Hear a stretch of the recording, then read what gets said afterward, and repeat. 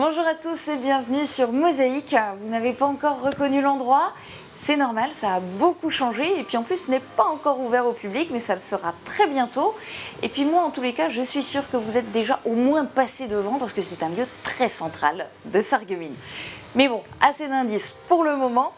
Je vous propose de regarder le sommaire de cette émission le temps que Flora Lemry me rejoigne pour Bref de comptoir.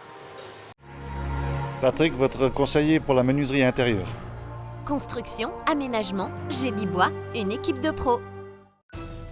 Au programme aujourd'hui sur Mosaïque, Bref de comptoir revient sur les temps forts de l'actu de cette semaine. Le calendrier et les modalités se précisent pour le plan de prévention des risques technologiques d'Ineos. 700 personnes étaient mobilisées à Forbach pour un exercice départemental de simulation d'attentats. Dans le cadre du projet Faïence, 10 véhicules circulent à l'hydrogène dans le secteur de Sarreguemines. Les hôpitaux de Sarreguemines voient l'avenir plus sereinement. L'avenir de Cédric Touche passe par la remise en jeu de son titre de champion du monde de kickboxing. Et dans Grenzenlos, on se tourne vers nos voisins sarrois. Permis de conduire, campement indien, saut en longueur et biosphère du Bliesgau sont au programme de ce magazine enregistré au cœur de la fête de la bière à Merzig. 31% des accidents du quotidien ont diverses origines. Assurance accident de la vie, la sécurité par tous les temps. Bonjour tout le monde, la matinée de demain sera bien arrosée. Les pluies localement orageuses arrivées dans la nuit continueront de tomber en première partie de journée, mais une amélioration se profile en cours d'après-midi avec une pause dans les pluies et le développement d'éclaircies. Les températures comprises entre 10 et 12 degrés au petit matin ne dépassent plus les 16 à 18 degrés au maximum. Demain nous serons le samedi 1er octobre et nous fêtons les Thérèses. Le soleil nous accompagnera de 7h32 à 19h09. Je vous souhaite à tous une excellente fin de semaine, à bientôt!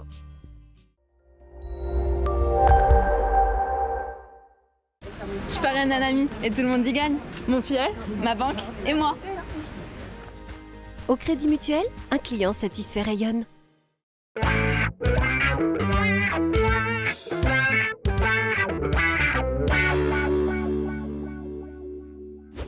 Salut Flora. Salut Julia. Alors on fait un point sur l'actu de cette semaine?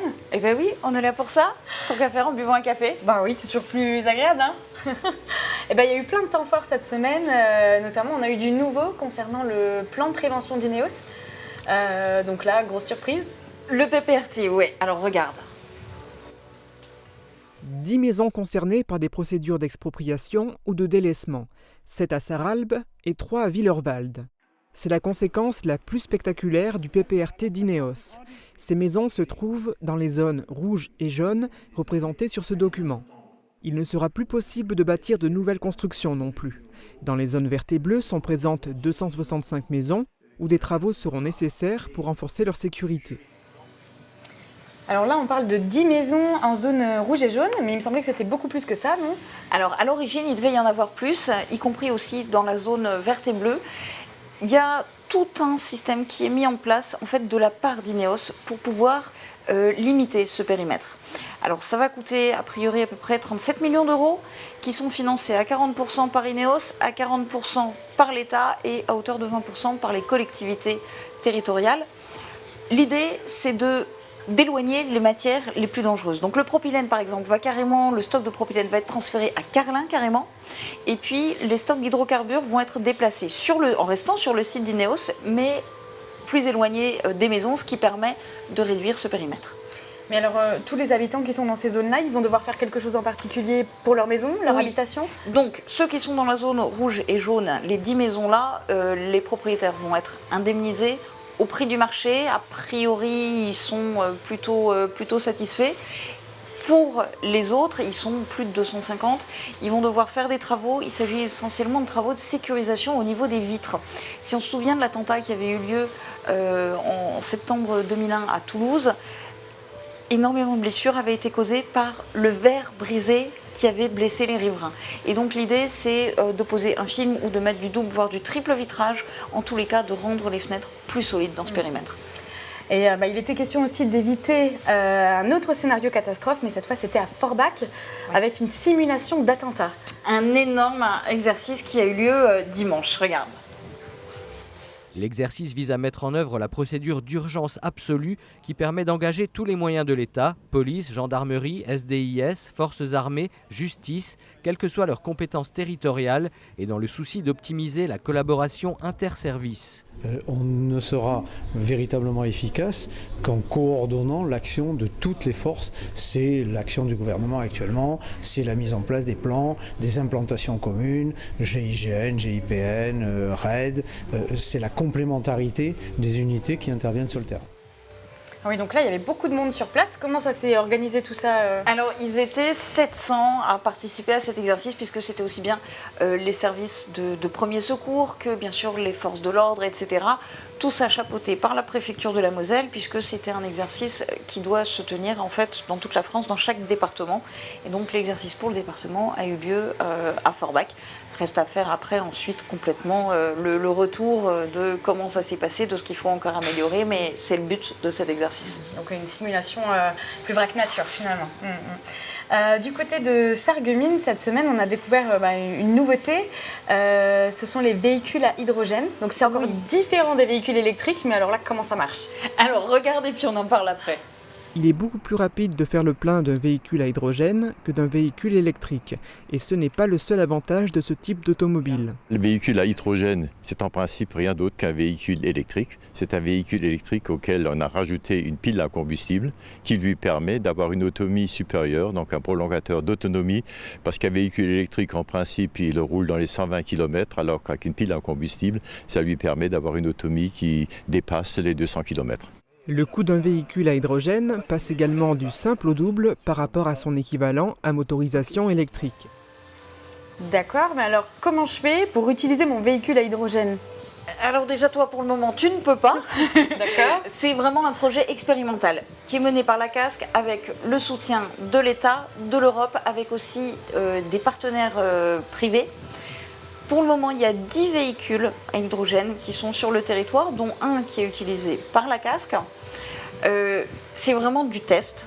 Il faudra voir, là aussi, comment ça fonctionne financièrement. Est-ce que c'est gérable? C'est vraiment expérimental. Justement, en parlant de situation financière, on a reçu Jean-Claude Kneip aussi sur notre plateau. C'est Jean qui l'a reçu, il me semble. Et là, il a parlé un petit peu de la situation financière des hôpitaux sarregueminois.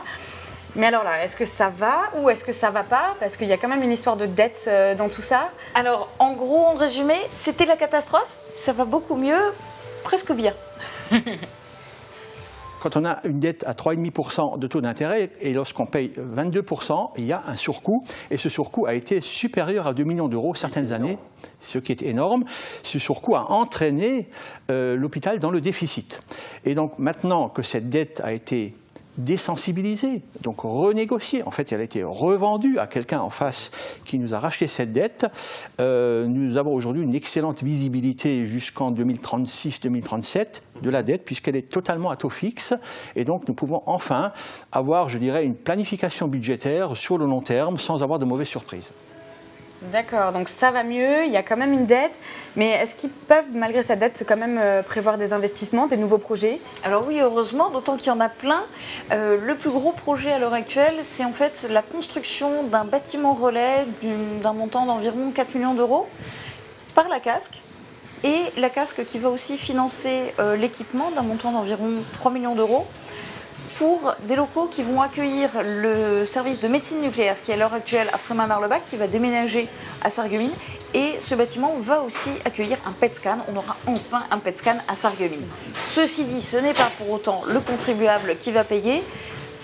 L'hôpital de Sarreguemines va rembourser sur 25 ans à la Casques l'intégralité, plus évidemment les intérêts. Donc c'est déjà une bonne situation quand même. Il y a un autre invité aussi qu'on a reçu qui, lui, pour qui tout va bien en fait, c'est Cédric Touche. Oui, j'ai eu le plaisir pour une fois d'avoir un champion du monde comme invité, c'était lundi.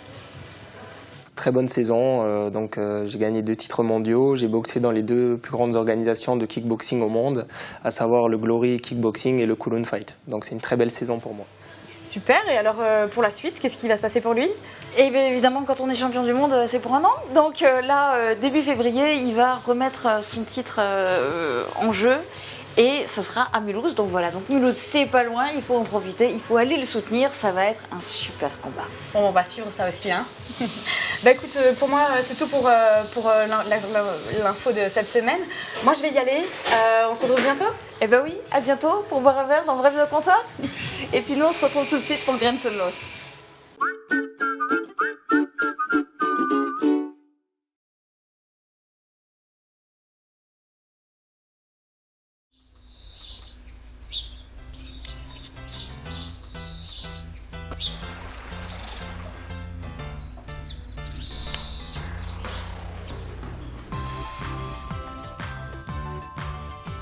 Un appareillage auditif adapté permet de ne pas vous couper du monde.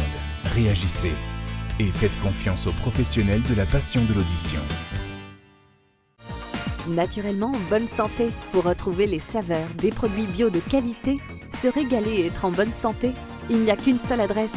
Santé Crépy, La Vie Claire, au 5A rue des Ormes à Sarreguemines. La Vie Claire, le bio est dans ma nature. Pour un déguisement d'enfer, Festivité à Sarreguemines. Pour Halloween, Festivité vous propose un grand choix de costumes, de décorations et d'accessoires indispensables. Festivité déguise aussi vos yeux avec des lentilles fantaisie. Festivité, zone commerciale de Sarreguemines, derrière Jouet Club. Festivité vous souhaite un terrible Halloween. Festivité, Festivité, des idées toutes faites.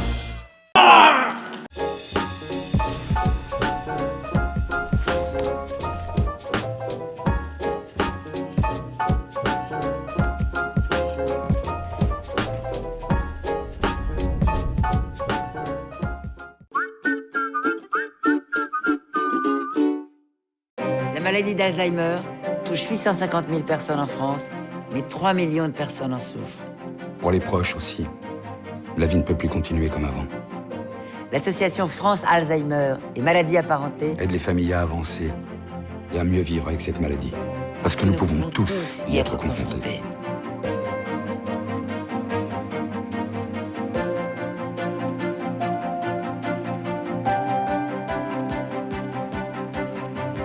Bien-être, hygiène, consommables, équipement de la maison. AVS Médical, notre métier, vous accompagner. Dimanche, 5e journée de championnat de CFA2. Le Sarreguemines FC a rendez-vous à Pagny-sur-Moselle. Suivez la rencontre sur Mosaïque en direct à 15h. Plus de sport avec le soutien de DLSI, l'énergie de vos emplois et de vos footballeurs. Avec Aviva, ne rêvez plus. Cuisinez. Invitez votre famille, vos amis. Aviva, la cuisine qui vous va. C'est parti pour une nouvelle saison de Grenzen Los qui est réalisée en partenariat avec TV8. Rendez-vous chaque dernier vendredi du mois sur Mosaïque pour ce magazine tourné vers nos voisins sarrois. Ce mois-ci, c'est Fanny Bragard qui le présente. Je vous laisse en sa compagnie et je vous souhaite un très bon week-end. À lundi. De la cave au grenier, le savoir-faire Firsch Menuiserie à tous les étages.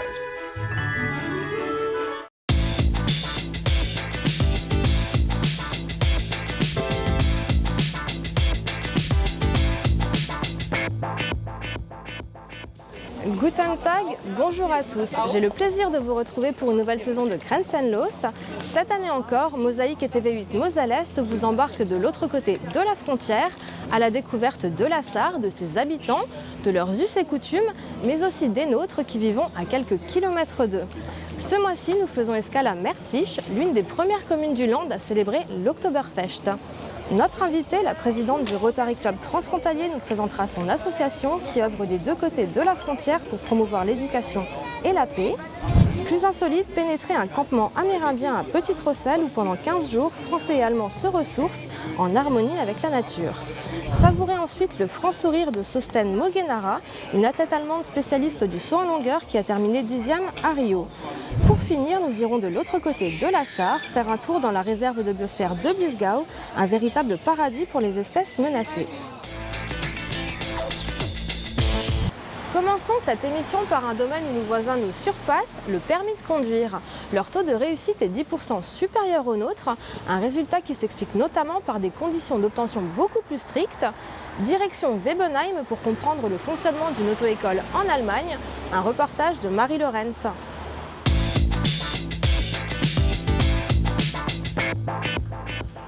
Il est 19h, c'est parti pour le cours de théorie pour les élèves de l'auto-école Bourrait.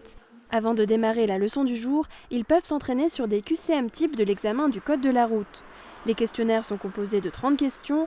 Pour obtenir le code, les apprentis conducteurs ne doivent pas perdre plus de 10 points. Mais avant de pouvoir passer le fameux examen, les élèves doivent suivre 14 leçons théoriques obligatoires de 90 minutes. Ils doivent également passer un examen de secourisme et un examen de la vue avant de passer le code de la route. La formule est stricte mais efficace.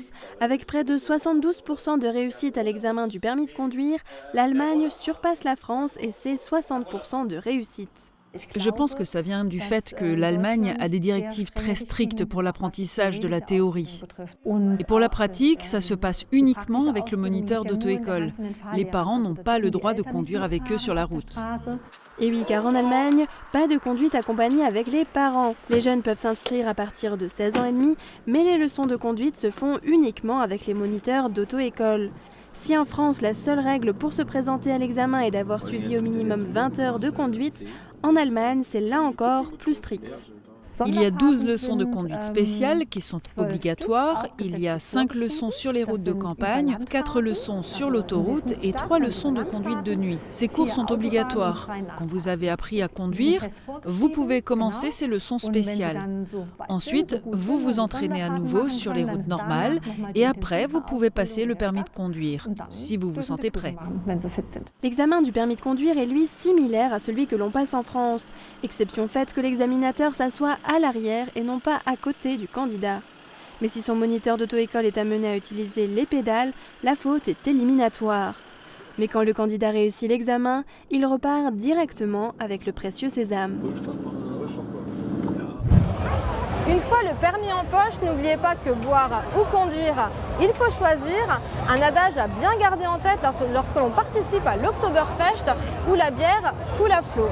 Merci célèbre cette année sa 60e édition, preuve que cette tradition munichoise, célèbre à travers le monde, s'exporte de plus en plus. Notre invitée, la présidente du Rotary Club Forbach Golden Bremsar, a d'ailleurs prévu d'en organiser une le mois prochain.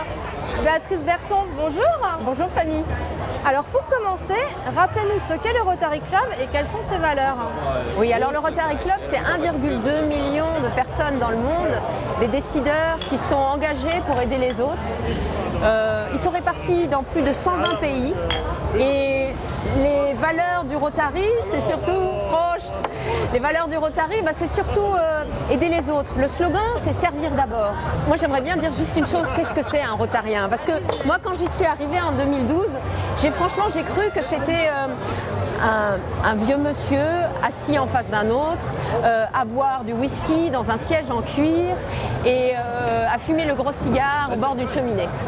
Et quand je suis arrivée et que j'ai entendu la première fois les rotariens qui parlaient entre eux, je me suis rendu compte que non, c'était tout à fait des êtres normaux comme vous et moi, qui s'engageaient bénévolement pour aider les autres. Parce que leur slogan, c'est servir d'abord. Et c'est tout ce qu'on veut faire.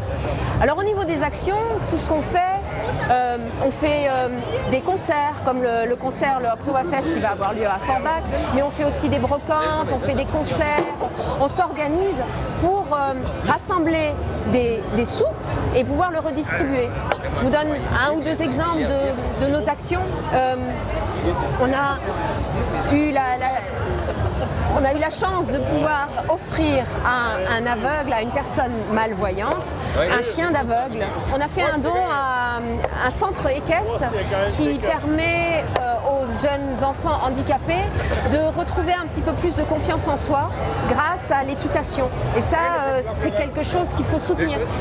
Ce don-là a été fait au centre Ehrensache qui est à Ensdorf, en Allemagne. Donc nous sommes vraiment sur les deux pays. Justement, ces actions concernent les deux pays, mais concrètement au quotidien, ça se passe comment entre les rotariens français et les rotariens allemands? Vous savez, les Français, on dit toujours qu'ils sont un peu en retard. C'est à lui laisser aller, le laisser faire, c'est que ça.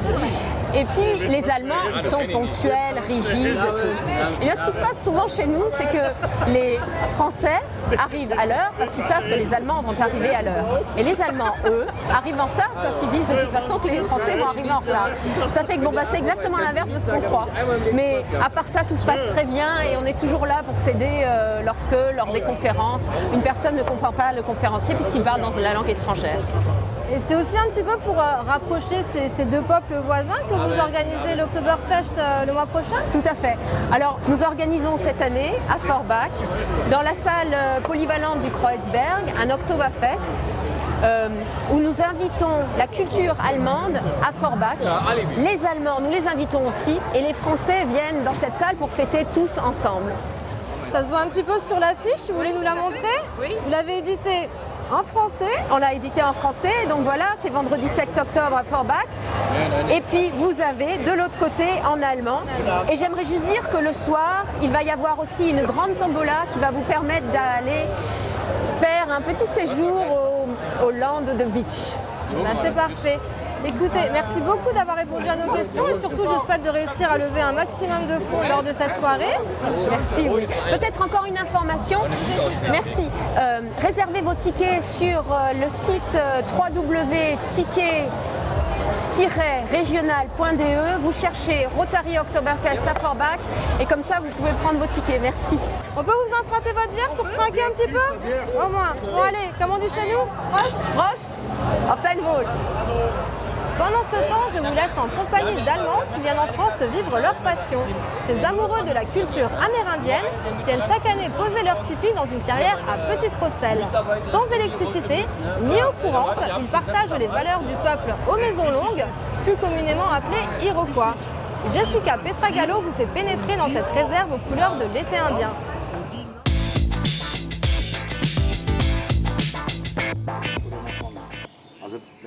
Un retour à la nature, à ses valeurs essentielles. Autour d'un feu de bois, ces passionnés de la culture amérindienne, originaires de Cologne, se retrouvent comme le faisaient les tribus des plaines d'Amérique pour manger, coudre et chanter.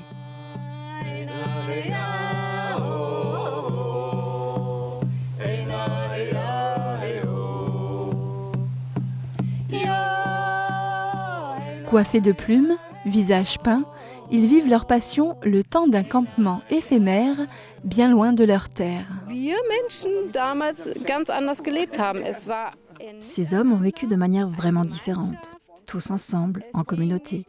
Il n'était pas question de pouvoir, de domination, mais de vivre en harmonie avec son environnement, la lune, le soleil, simplement en lien avec la nature. Si Heidi prend la parole au nom des siens, ce n'est pas un hasard. L'organisation sociale des Iroquois est matrilinéaire et matrilocale. Les femmes règnent en maître sur la communauté et sur leur habitat.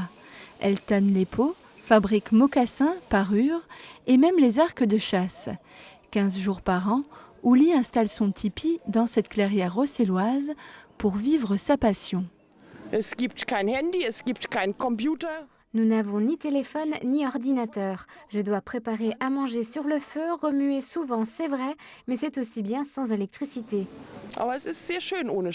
Pendant 2 jours, Uli, Heidi et les autres passionnés des Amérindiens ouvrent les portes de leur campement au public avant de les refermer pour une quinzaine de jours, le temps de se ressourcer loin de l'agitation du monde moderne.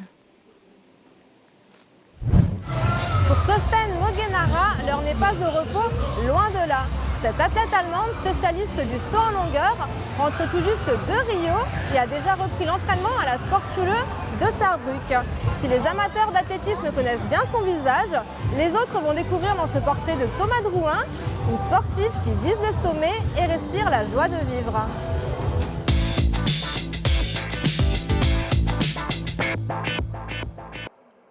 Avec son record personnel à 7,16 m et ses participations régulières au final des grands événements du monde de l'athlétisme, Sosten Mogenara est désormais bien installée dans le monde du saut en longueur. Et pourtant, cette athlète allemande n'était pas destinée à cette discipline.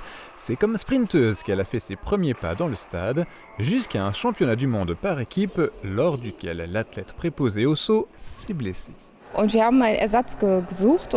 a cherché une remplaçante et l'entraîneur de l'époque m'a demandé de courir le plus vite possible et de sauter pour voir ce que cela donnait. Je l'ai fait et c'était très bon et j'y ai pris du plaisir. Et elle est depuis parmi les meilleures athlètes allemandes de sa discipline. Depuis 4 ans, elle s'est installée à Saarbrück pour s'entraîner auprès d'un Sarrois, Ulrich Knapp, l'entraîneur fédéral pour le saut en longueur féminin. C'est à la Sportschule que les deux se retrouvent pour des entraînements quotidiens et quand il est question de parler des qualités d'athlète de Sosten Mogenara, son entraîneur est particulièrement élogieux. Sosten est très joyeuse. Elle rit beaucoup et préfère un environnement harmonieux pour trouver ses marques. Et elle est extrêmement talentueuse. Je n'ai encore jamais vu une athlète qui a autant d'explosivité lors du saut. Elle est aussi très performante dans la vitesse. Elle développe beaucoup de force avec ses jambes. Malgré une blessure lors de sa préparation, Sosten Mogenara s'est qualifiée pour les JO de Rio. Avec un saut à 6,61 m en finale, elle s'est classée 10e de la compétition. À ce moment-là, c'était encore un peu trop tôt. Je devais me laisser encore un peu de temps. Ce temps-là, je ne l'ai pas eu, et sinon j'aurais encore fait mieux à Rio. Mais c'est ok. Désormais, c'est vers l'avenir que ses yeux se tournent avec une compétition en ligne de mire, les Championnats du Monde 2017 à Londres. Comme Sosten, on va maintenant faire un bond à l'autre bout de la Sarre, à la découverte de la réserve de biosphère de Bliesgau. Sur 36 000 hectares, elle abrite de nombreuses espèces rares, de faune et de flore, et une biodiversité unique en Europe. Delphine Bach vous présente ce trésor de la nature qui constitue un véritable laboratoire à ciel ouvert.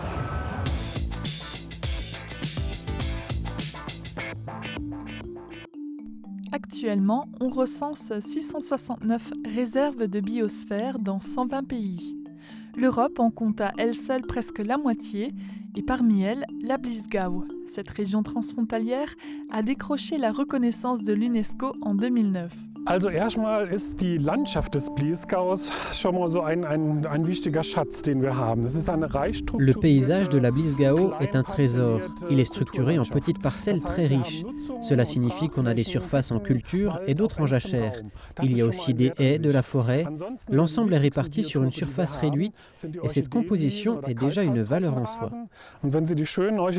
Nos plus importants biotopes sont les champs d'orchidées et lorsque vous les voyez, vous comprenez pourquoi il est important de les protéger. Et puis nous avons quelques éléments culturels particuliers dans notre paysage, comme les vergers sauvages par exemple. Eux aussi sont des trésors dans la région parce qu'ils ornent les villages et ils possèdent une importante diversité biologique. Conserver la biodiversité des plantes, des animaux et des micro-organismes et satisfaire en même temps les besoins matériels de la population, tel est l'enjeu du comité en charge de planifier et de coordonner les activités sur le site, à savoir l'association de la biosphère Bliesgau. Elle doit répondre à 3 fonctions, celles de conservation, de développement et de logistique. Ce qui est passionnant, ce sont les relations entre le comité urbain-rural et notre association de la biosphère, dont le devoir est de renforcer les liens entre les acteurs. Nous devons d'un côté soutenir la protection de la nature et de l'autre développer la région et promouvoir le tourisme. Le tout doit prendre forme sans que l'on ne puise dans les ressources. Nous voulons que cet environnement soit conservé pour que les générations futures puissent en bénéficier, mais qu'en même temps elles profitent du développement économique. C'est le devoir de la région Biosphère Bliesgau. Une réserve de la biosphère n'impose pas de législation. Elle constitue en quelque sorte un laboratoire vivant d'études et de démonstrations de la gestion intégrée des terres, de l'eau et de la biodiversité. C'est sur la grande roue de l'Oktoberfest de Mertisch que s'achève cette émission. Merci beaucoup de l'avoir suivi. Rendez-vous dans un mois avec Julia pour un nouveau numéro de Grenzenlos, à retrouver sur Mosaïque et TV8 Moselle Est. D'ici là, je vous souhaite à tous une excellente journée. Tchuss!